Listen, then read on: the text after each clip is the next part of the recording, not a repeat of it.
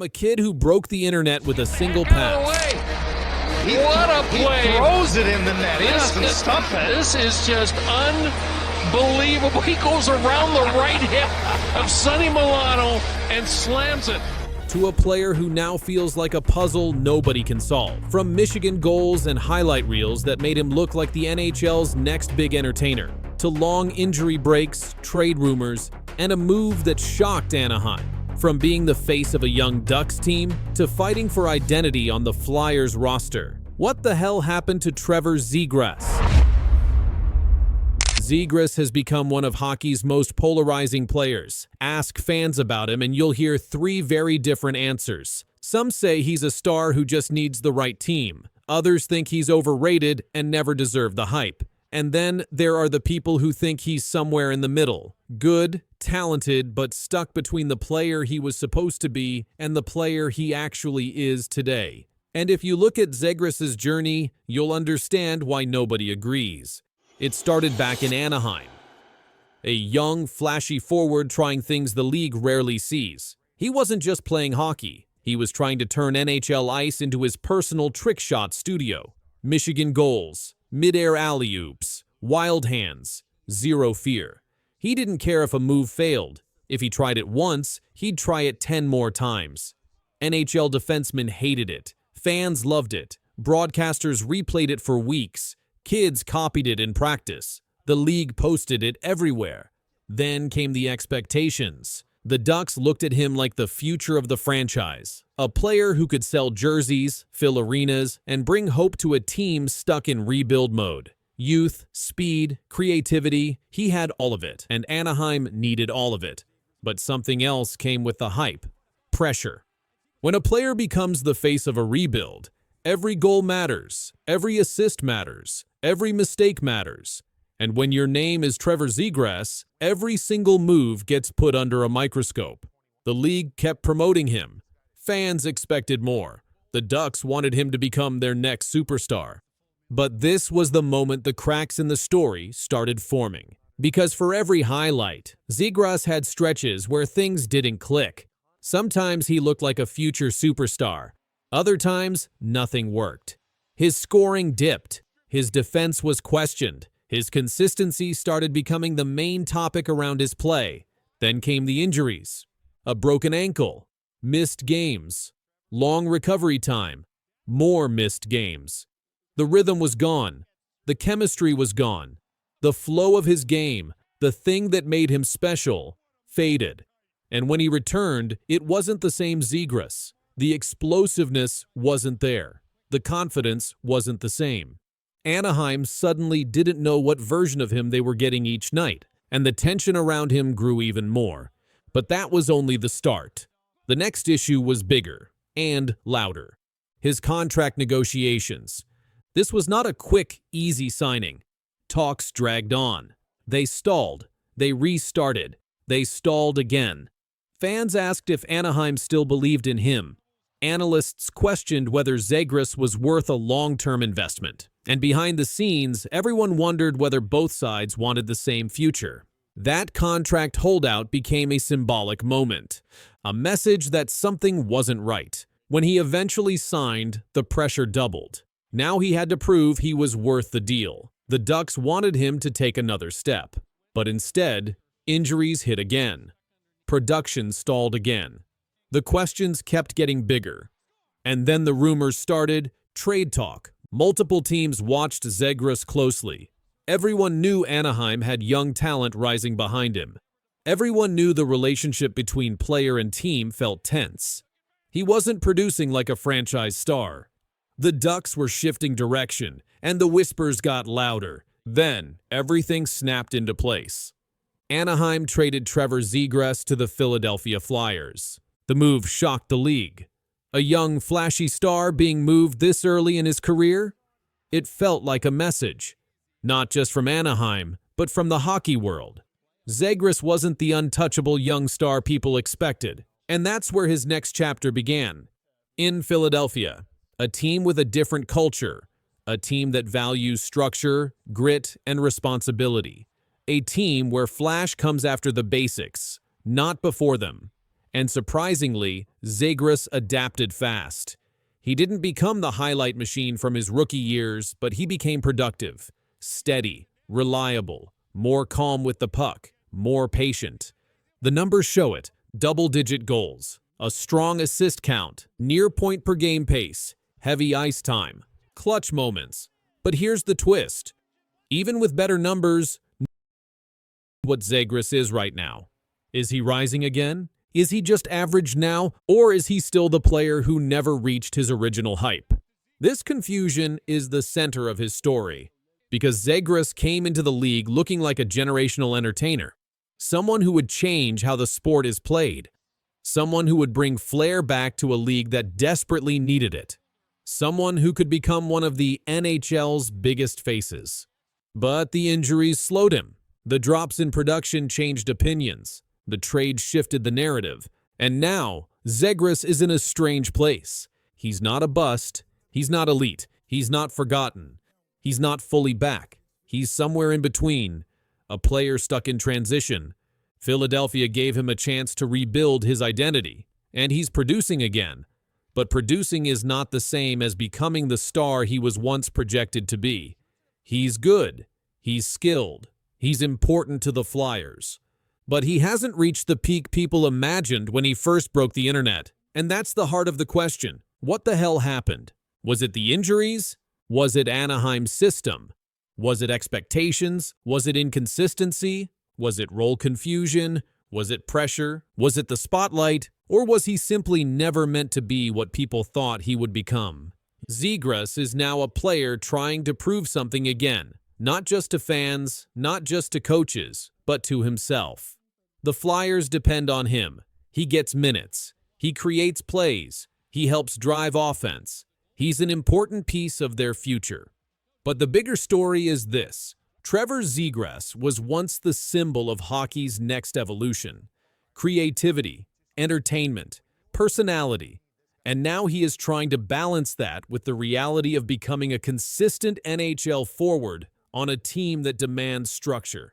His career has been a mix of brilliance and questions, magic and frustration, explosive talent and sudden stops. And until he finds the version of himself that can last, not just in highlights, but in full seasons, this question will keep coming back. If you're a Habs fan, then rookie Ivan Demidov needs no introduction. The Montreal Canadiens announced the signing of the 19-year-old Russian forward to the utter jubilation of fans. Demidov, can't get to him, guys. Too many guards. The 19-year-old Russian player's flight was the most tracked in the world. Ivan Demidov is only 19, but he is already one of the most talked about young players in hockey. It's a difficult thing now, dealing with Russian players with what's going on. Obviously, there's Ivan Demidov. I think there's some Russian factor there. The amount of talent this kid has is tremendous. We're 5th overall, and you're still there. What, are we crazy if we don't take you? Yeah. When the Montreal Canadiens signed him to a 3-year NHL contract worth almost $3 million, fans pictured the usual movie star life. Fast cars, a downtown penthouse, late-night parties. That picture is completely wrong. Demidov's first big purchase after signing was not a luxury car or a gold watch. It was a tiny puppy and a simple apartment near the team's practice rink. The dog, a fluffy little Maltipoo he named Celine, quickly became his favorite way to relax after long days on the ice. He laughed when reporters guessed he named the dog after the famous singer Celine Dion. "No," Ivan said. "I just wanted a name that was not Russian." That small choice tells a bigger story. Even with thousands of fans tracking his airplane flight to Montreal and lining the airport when he landed, Ivan stayed calm. He smiled for a few pictures, held the puppy in one arm, and headed quietly to his new apartment. No limo, no red carpet, just a young man with a suitcase and a dog. The money is real. His contract pays close to $940,000 each year plus performance bonuses. But Ivan acts like nothing has changed. Friends from Russia say he still calls his grandmother almost every night. He even asked her to mail his favorite soup recipe so he could cook it himself in Montreal. When a fan offered him a giant basket of local treats, Ivan thanked them politely, but asked if he could trade the candy for fresh vegetables. His first games in Montreal showed the same steady mind. Crowds at the Bell Center were louder than ever. People wore his number 93 on jerseys that sold out across the city. But after scoring his first NHL point, Ivan simply skated to the bench, tapped his stick, and focused on the next shift. No wild celebration, just work. Teammates quickly noticed something else. Ivan was always at the rink. Sometimes he skated twice a day, 5 days a week, adding extra drills after regular practice. General manager Kent Hughes even joked, "I try to get him off the ice." It is the same focus Ivan showed in Russia, where he once asked only for a sauna so he could recover faster after practice. Montreal fans expected a flashy superstar. What they got was a quiet worker who loves hockey more than attention, and that is only the beginning. Because the real surprise is what Ivan does with all that discipline, and how it shapes every part of his daily life. Ivan Demidov wakes up early while most of Montreal is still asleep. At 6 a.m., his alarm buzzes, and he rolls out of bed in the small apartment he rents near the practice rink. The first thing he does is open the curtains for his puppy, Celine. The dog jumps onto the couch, tail wagging, ready for a short morning walk.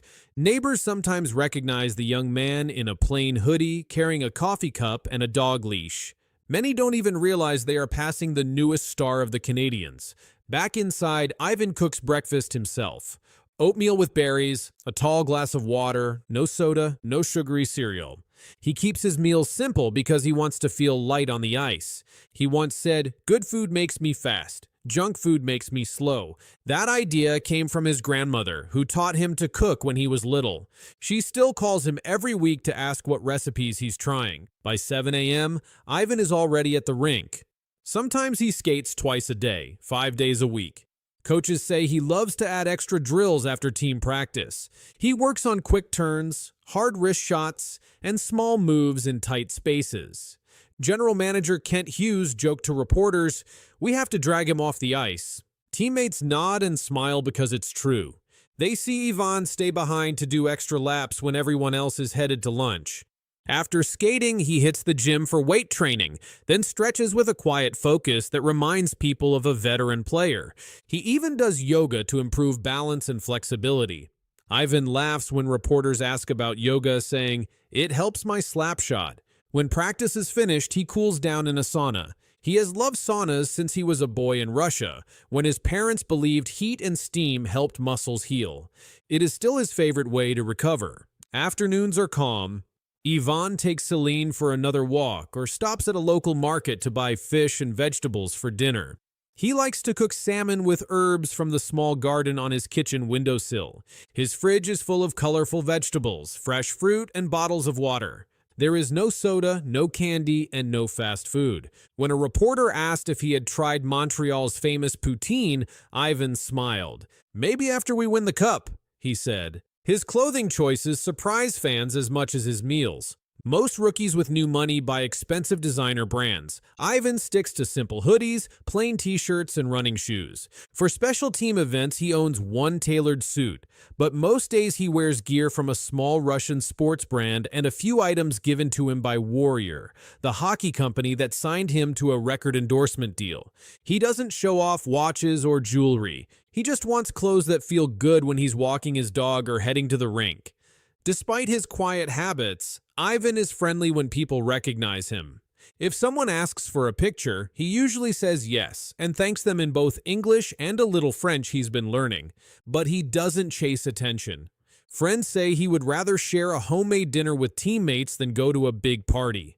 He enjoys exploring small parks and cafes around the city, sometimes blending in so well that people hardly notice the NHL star at the next table. This steady routine, early mornings, healthy food, extra practice, and peaceful evenings, shows how serious Ivan is about hockey. It also explains why his coaches already trust him like a veteran. And it sets up the next part of his story, the choices he makes when the spotlight grows brighter and big companies come calling. With a calm routine and quiet evenings, you might think Ivan Demidov would stay far away from big business. But companies across the hockey world have already lined up to work with him. The most eye-catching deal came from Warrior, a major hockey equipment brand. Warrior signed Ivan to what insiders call the largest contract in the company's history.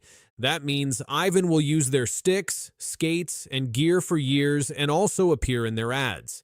His face is already on posters in sporting goods stores across Canada. Yet Ivan says he agreed only because he likes their equipment and believes it helps his game. Money was never the main reason. Other offers arrive every week. Clothing brands, energy drinks, even airlines that heard how fans tracked his flight to Montreal. Many of those deals he quietly turns down. Friends say Ivan checks every offer and asks a simple question: does this fit hockey and my values? If the answer is no, he passes. That discipline is rare for a teenager with millions in the bank. Giving back is just as important to him as choosing the right sponsors. Back in Russia, he still supports a youth hockey program that gives free ice time and equipment to kids who cannot afford it. In Montreal, he volunteers with a group that delivers healthy meals to families in need. He often shows up with no cameras, just an apron and a smile, helping pack boxes of food before heading to practice. His teammates notice and respect it. Captain Nick Suzuki said, "Ivan works as hard in the community as he does on the ice. Family keeps him grounded too.